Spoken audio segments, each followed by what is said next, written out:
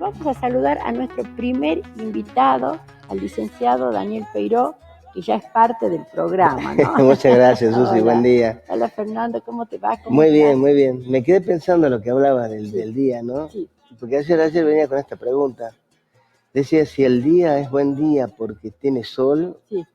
¿y qué pasa en los días nublados? Y nos Nublado. conectamos con lo nublado y terminamos nosotros con un clima que no es soleado, digamos. Exacto, exactamente. Digo, no, si depende la vida de eso, Es una cuestión de ¿no? actitud, ¿no? De Sí. actitud, de cómo vemos la vida. Así que si podemos ver la vida, llueve, truene, esté nublado, esté con sol, estaría mejor. Está mejor, sí, realmente. Lo que pasa es que a uno, por ejemplo, a mí no me gusta el frío, pero bueno, lo acepto porque es necesario también, ¿no es cierto? Claro.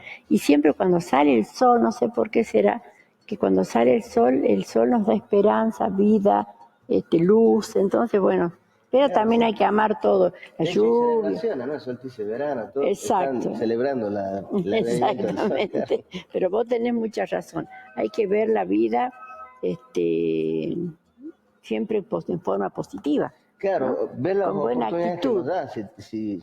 Si la oportunidad puede ser, haz de cuenta, que si te llueve y truena, bueno, tener la oportunidad de poder protegerte con un paraguas, por llamarlo alegóricamente o simbólicamente.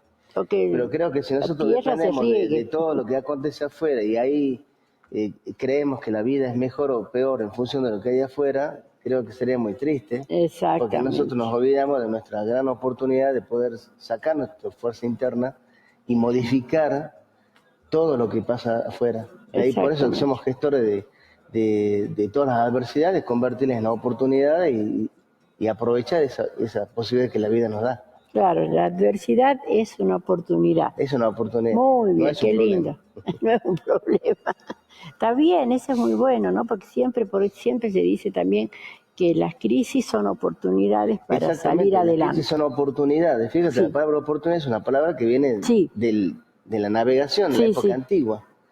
Entonces, antes de que exista la oportunidad, había algo anterior que era el naufragio, lo que se llamaba fracaso. Sí. Fracaso era una palabra también de la navegación. Ah, fracaso es de la navegación. Fracaso y oportunidad son palabras de la navegación en la antigüedad.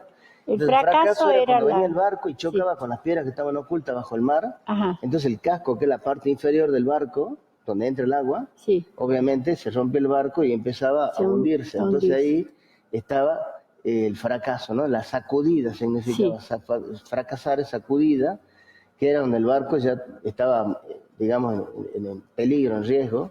Por eso la cantidad de barcas o embarcaciones que tiene un barco grande, para que los tripulantes se suban a esos barquitos y se va, o digamos, pequeños botes que llegan a puerto, ¿vale? Sí, sí. Bueno, eso de llegar a puerto es la palabra oportunidad, que significa oportus, significa antes del puerto. Ah, mira. Entonces, ante una sacudida que la vida nos da, una sensación de pérdida o fracaso, como se le denomina, nosotros tenemos una gran oportunidad de llegar a buenos puertos. Por eso hay que preguntarse, ¿qué me quiere enseñar esta sacudida a la vida? Exacto. Ahora lo que yo estaba pensando, qué importante que es el valor de la palabra, ¿no? Lo que significa, lo que encierra una palabra. ¿No? Qué interesante esa palabra, ¿no? Que lo usé yo, que encierra esa palabra, qué bonito. Exacto, claro. Cierto. Lo que significa algo, porque nosotros nunca le damos el valor a las palabras, a lo que decimos, que tal vez cómo lo decimos o con qué palabra decimos, lo comunicamos,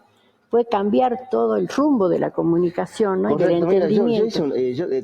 Cuando hago los entrenamientos de liderazgo, yo pongo una madera, ¿viste? Los cortes de madera, ¿no? Que le llaman chuleta a algunos, ¿no? Sí.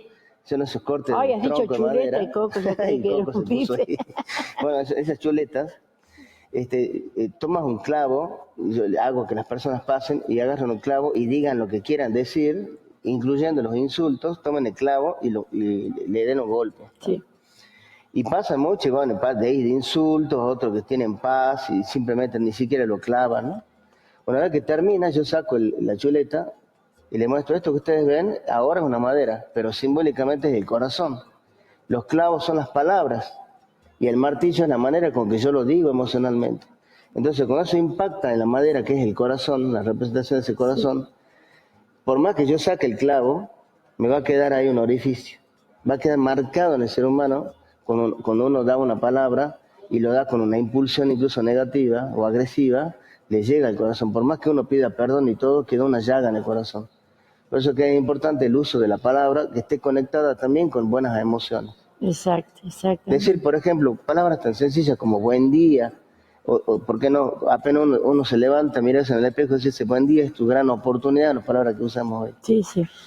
Y decirle buen día al chofer cuando uno sube un bus, decir esta mañana que le vaya bien, bendiciones, palabras que no se están usando hoy en día, de la palabra gracias. Gracias. Son palabras ¿Qué significa importantes. Gracias? La palabra gracias significa gratis, y es un contexto absolutamente espiritual, porque tiene que ver con la gracia o el regalo que la vida nos da. Gracias, regalo. Sí. Regalo quiere decir. Qué o bien. Don también. Don. Qué lindo, me encanta, vos sos un gran estudioso, investigador. Soy un inquieto, más que inquieto de la palabra, ¿no? Inquieto del origen de las palabras. Qué lindo, y es muy importante, la palabra tiene un valor importantísimo. Sí, absolutamente.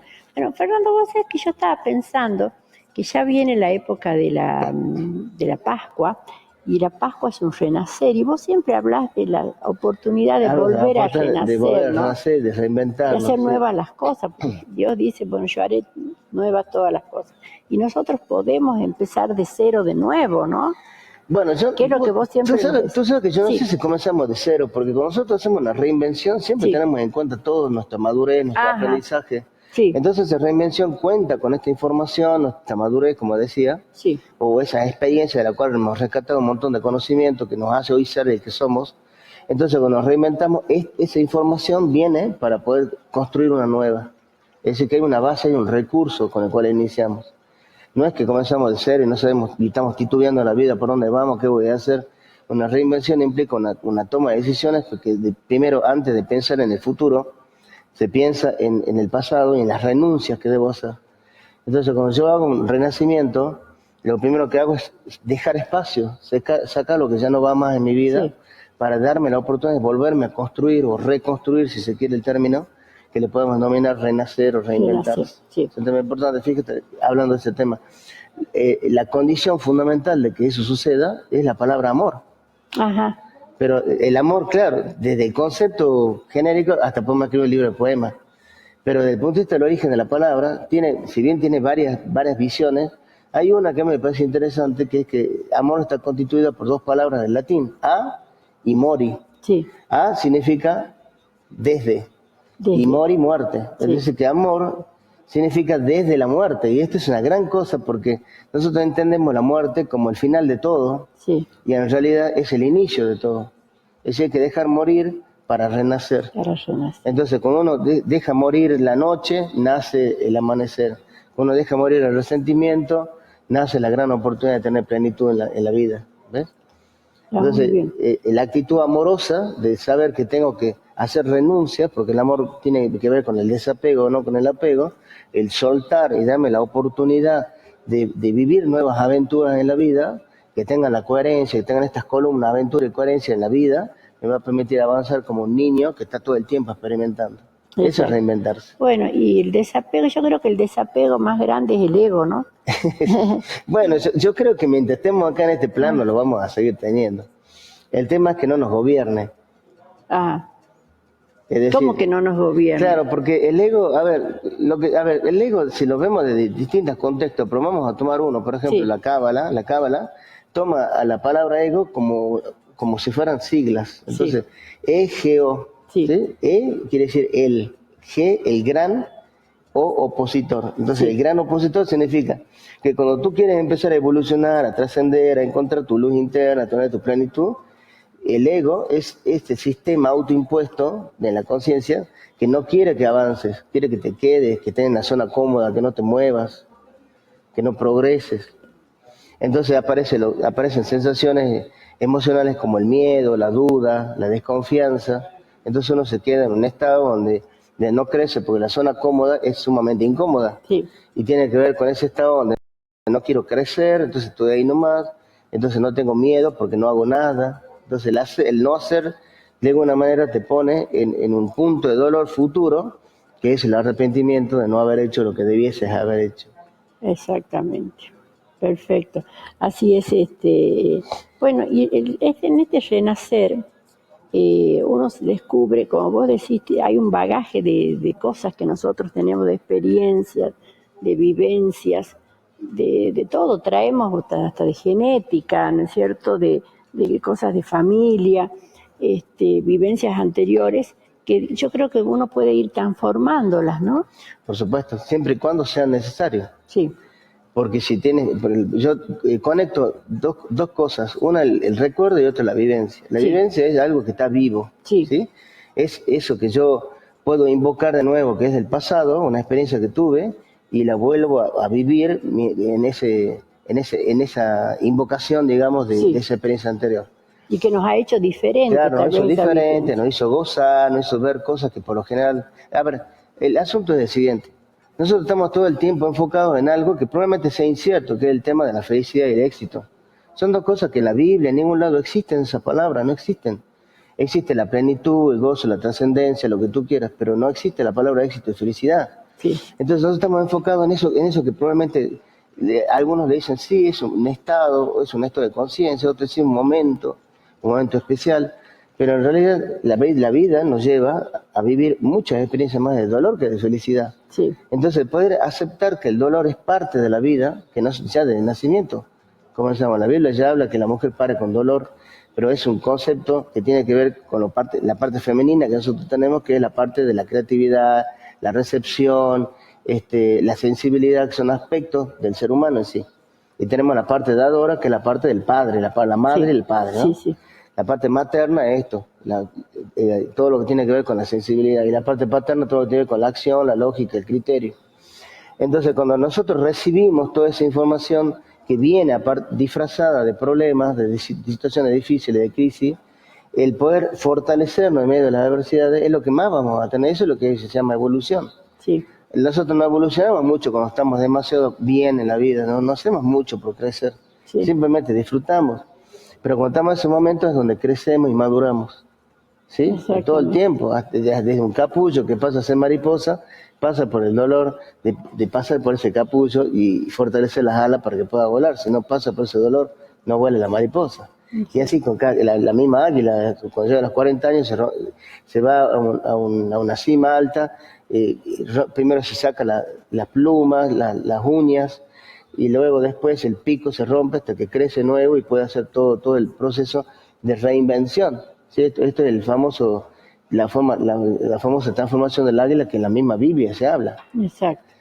Entonces yo creo que es importante que podamos entender que mientras estamos enfocados en pensar que la felicidad es una meta, nunca la vamos a encontrar, porque la meta es vivir este momento con plenitud. Exacto. No una meta, imagínate sufrir para llegar a ser feliz. Queda como, no sé si conoce la historia del soldado que se llamó Maratón. Sí. Bueno, Maratón era un soldado que en la guerra de Grecia habían ganado una batalla y le dijeron, Maratón, ve y dile al emperador que ganamos la batalla. No había WhatsApp, no había teléfono. No había nada. Y salió corriendo, con la algarabía de llegar y decirle al emperador que habían ganado. Cuando llegó y dijo, ganamos, se murió. Sí. Desde ahí el homenaje al maratón, que es la cantidad de kilómetros que ha recorrido. Ah, ese es el maratón, cantidad de kilómetros. Entonces, bueno, yo me imagino lo mismo, ¿no? Estamos nosotros corriendo, encontrando la algarabía, decirle una buena nueva a la vida, y resulta que cuando llegamos ahí, pum, nos morimos. Entonces, yo creo que el momento es este, y acá, en vez de correr, hay que quedarse detenido, observar, mirar, decir, a ver, ¿qué cosas puedo agradecer en la vida? Porque más que felicidad debería estar la palabra gratitud. Gratitud, ¿no? Y ahí es donde nosotros encontramos el gozo interno, la paz, la quietud, y empezamos a darnos cuenta que no todo es tan difícil como se cree. Claro, la gratitud qué importante que es, ¿no? Por supuesto. Dar las gracias. Claro, porque está enfocado en lo que tengo, en todas las cosas que yo poseo, y no en la escasez donde dice, ¿qué sería si yo hubiese alcanzado esto, hubiese vivido esto, hubiese tenido esto? Entonces todo el tiempo el deseo de lo que no tengo, obviamente me lleva muchas veces al sufrimiento. Es de hecho una máxima del budismo. Exacto. Ahora, si yo puedo disfrutar lo que tengo y lo que deseo, lo deseo para poder compartir con el otro, probablemente la vida me lo dé. Sí. Ahí está el ego, ¿ves? Cuando uno piensa solamente en una meta que sea solo para uno. Sí. Ahí está el ego metido.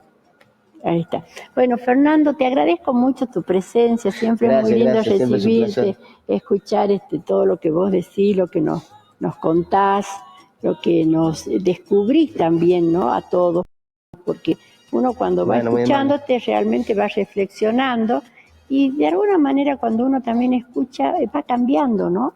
Siempre cambiamos, no hay un día que sea diferente a otro y siempre tenemos oportunidades de cambiar. Viendo las distintas oportunidades o las distintas miradas, que no siempre la mirada de uno es la única, hay distintas miradas, ¿no? Exacto. Porque a veces uno dice, yo tengo la razón y no.